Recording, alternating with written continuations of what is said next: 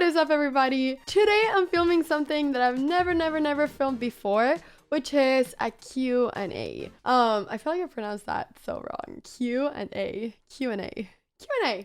Yes.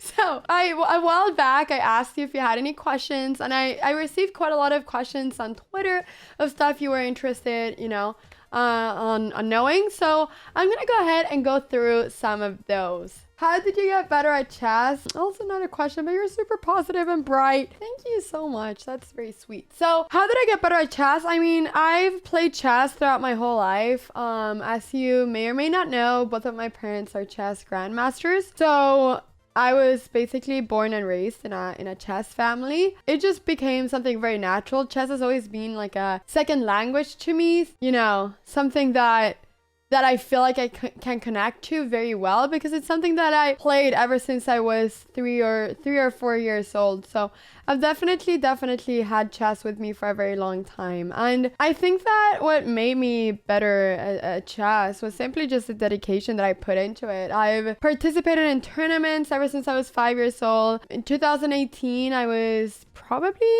the Swedish player out of, everybody. I don't know if Grandmaster Niels Grandelius, maybe he played more games than me, but I played like 120 classical games in 1 year at the same time as going to school. Like when I was in middle school, I was playing 120 FIDE games a year, traveling around the world playing competitively. So I would say that it's probably just been the dedication that I've put into it. Also playing a lot of chess, I feel like that just makes you closer to the game, makes it feel more natural participating in tournaments and stuff like that. But in general, just, analyzing the games that I've played, seeing where I go wrong, learning openings, learning end games, like drilling all of the stuff that you gotta drill. But I think that one of the best things have been for me to play as much as I have played and just see what I go wrong when I actually play the games that I play. I think that is a very important thing to do. Yeah, I miss playing over the board. I'm really excited about coming back. Like online chess is very different to over the board. I'm a lot better playing over the board. Yeah, I've always been a lot better with more time. Like I blunder a lot with little time, and I felt like I was gonna stop doing it after like a year of streaming, but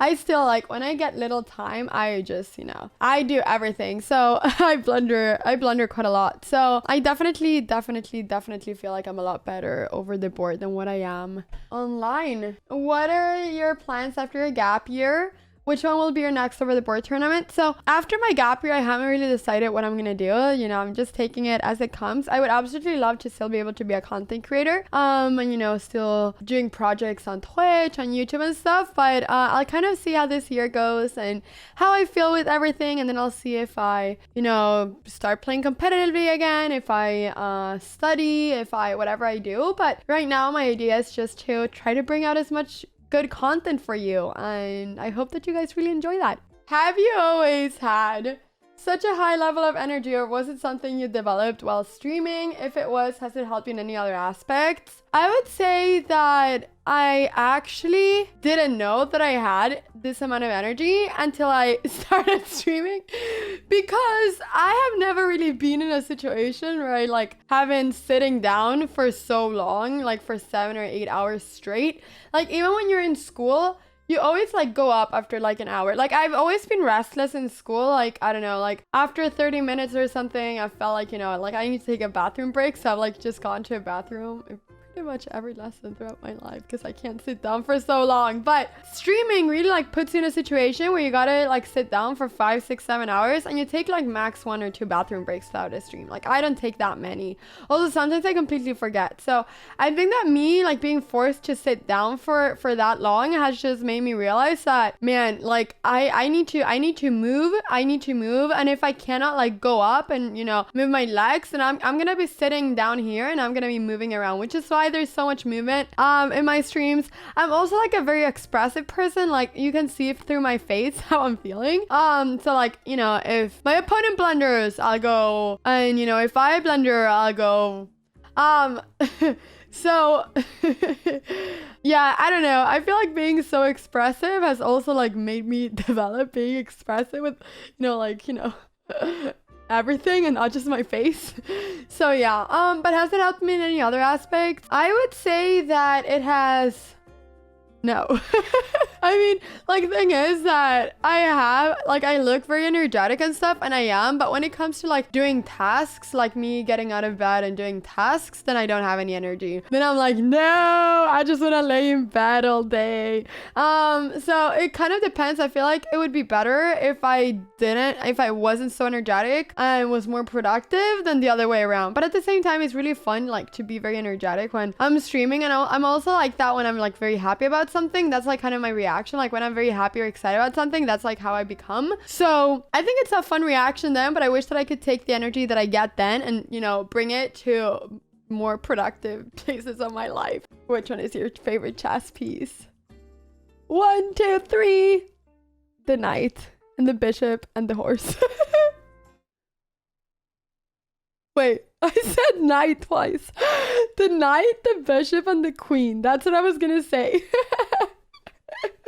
All right, there we go. Do you think you would have stayed playing chess like you have it if my parents didn't play it? I definitely think so. I don't think that there has ever been a point in my life where it's been like, oh, I only play chess because my parents force me to do so, or my parents want me to do so. They've been very supportive throughout my whole chess. Like, they've never put pressure on me, being like, oh, you know, we are grandmasters, you gotta be a grandmaster too. Like, the only way that I felt that pressure has been either by myself, mostly by myself, actually not even by people that I met. I feel like on the internet there's been a lot of that, you know, you are a daughter to 2 chess grandmasters, you should be a grandmaster by now. And I just kind of feel like, you know, that kind of, sometimes when I read that I get a bit sad, but at the same time I know that I am choosing the path that I'm choosing for myself, and I've never really felt any pressure that, oh, you know, you have to be a grandmaster.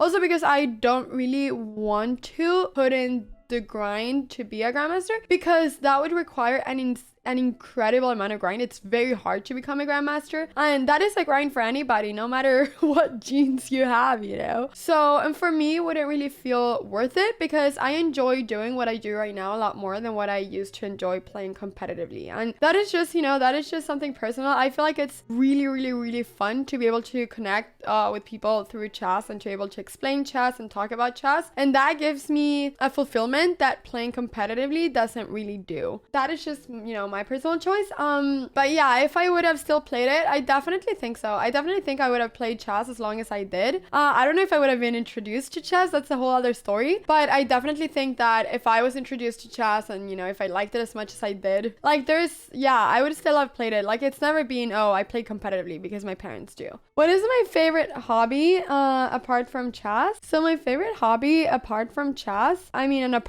from like making videos and stuff, I would say that it's probably writing. I write quite a lot. I used to like have a journal. I've had a journal ever since I was like really young, where I like write like everything that happens, and, you know, how I feel and stuff that I think about. Funnily enough, I said it once on stream, but one of the first things that I wrote in my journal was that and I was 7 years old then, okay? I was 7. I wrote, I have a new friend, his name is Anish Giri. And that was because like he was playing in the same team as my parents in Germany. So he was there, and he was like the only person that was like under 20 years old back then. I think it was like 16 back then, something like that. So yeah, it's so funny. It's like one of the first things I ever wrote in my journal. It was, I have a new friend, his name is Anish Giri. I thought that was really hilarious, but I really like writing. I used to like playing the guitar and the piano and stuff, but I'm just like, you know, I'm horrible. Like, I'm not good at that. I love traveling. I love meeting new people. That's why I've always loved chess. I've not always just loved chess because of the actual game, like the 64 squares. No, I've loved chess because of the whole, everything around it. The fact that in chess, anybody can participate, anybody can play, and people from all over the world can come together to share their passion for a game. And I think that is really awesome. Also the fact that, you know, you play 1 versus 1, so you're like, you get to meet so many people from all over the world. That's really what like drew me into chess the most at first. The fact that when I played in the Olympiad back in 2016, the fact that I was able to see so many people from all over the world come together and, you know, play chess, that was just so amazing. People from over 100 countries, like from everywhere. I thought that was so cool. So definitely I've been able to meet a lot of new people in, you know, in chess throughout my life, and that's been an experience that I've really loved. And, you know, I don't know if that's a hobby, but what was your first over the board tournament experience like? Have you had any difficulties in competitive chess because you're a woman? I talked about this once on my stream before, like quite in depth, but I haven't talked about it too much, which I think is something that I've done a bit wrong.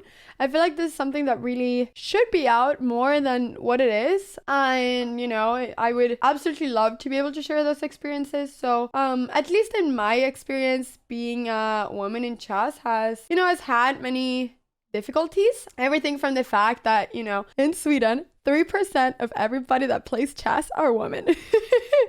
At least like people that are like registered in clubs, like around 3%. So it's basically like 97% men in chess. And so like one of the biggest difficulties, or like not one of the biggest, but like a difficulty is to be the pretty much the only woman in the room in many chess tournaments. Like I've been to so many chess tournaments with over 100, 200 people, and I've been the single only woman in the room. And if I haven't been the only woman, that's been like one or two more, but it's definitely been like I've been alone in being a female basically in chess tournaments. And the reason why that is quite difficult is because what happens then is that you kind of get singled out. You know, people look at you, you're different from everybody else. That is, for me at least, that's been the biggest thing, that I'm different from everybody else, and people treat me as that as well. So actually, I mean, my mother, when she was younger, she, there were even fewer women back then, if that's possible, but it was possible. She was really like the only one who played. And she always used to write, instead of Pia Cramling, she used to write Cramling P, because she didn't want anybody to know that, to think about the fact that she was a woman when they were looking at her game. So it never said Pia Cramling, it always said Cramling P or P Cramling, nothing else, because then it could be, it could be another name that she had as her first name. So I think that people treating you as someone different, I think that's very hard. But also the fact that like women in chess tournaments get so sexualized. Like there's been many times that after a chess game I've received a message saying, oh, throughout our game, I couldn't stop thinking about you. I couldn't stop thinking about all of these things that I wanted to do with you. And that's happened several times. And the fact that, somebody that you've played against for 5 hours, you've given your everything to beat that person. The fact that they can just send a message to you and you have to see them every single day throughout the tournament, it really feels like, it's just not okay in any single way. And I've had that happen to me many times. But also things like when I walk around in a chess tournament, every single one, looks, many people, when they're like thinking about their chess game, they can, when I like move past them, they can like start like staring. And I think that that's like, I just don't like that. It really, I think that's the main thing, the fact that they treat you as you're different, and the fact that you're being sexualized and harassed at many tournaments. Those are the biggest difficulties that I've faced throughout competitive chess and over the board tournaments. So and I think it's important to say that and to talk about it, because if nobody talks about it, then there's not going to be any change made to that. And it's definitely something that, that we need to make a change, because, people ask why there is such a gap between women and men in chess. Why are there so many more men in chess? And there are many reasons for that, but it's definitely not making it easier for women to play if the environment that they're put in looks like this. This is not the environment where women should be in when they're playing a chess tournament. So that's why this is definitely something really, really, really important to talk about and just spread, so that everybody knows that this is the case and this is what many women feel but don't really talk about due to different reasons. I haven't talked about it so much either before. So yeah, well, I hope that you enjoyed this video, everybody. I hope that you enjoyed getting to know me a little bit more, and know a little bit more about, my story around chess. And if you want me to do another Q&A at any point, then go ahead and let me know. Let me also know if you have any other questions that you'd want me to answer in my next Q&A. So yeah, thank you so much, everybody, for being here and watching this video. Thank you so much for all your support, and I will see you in the next one. Take care, everybody. Stay happy, stay healthy, and smile a lot.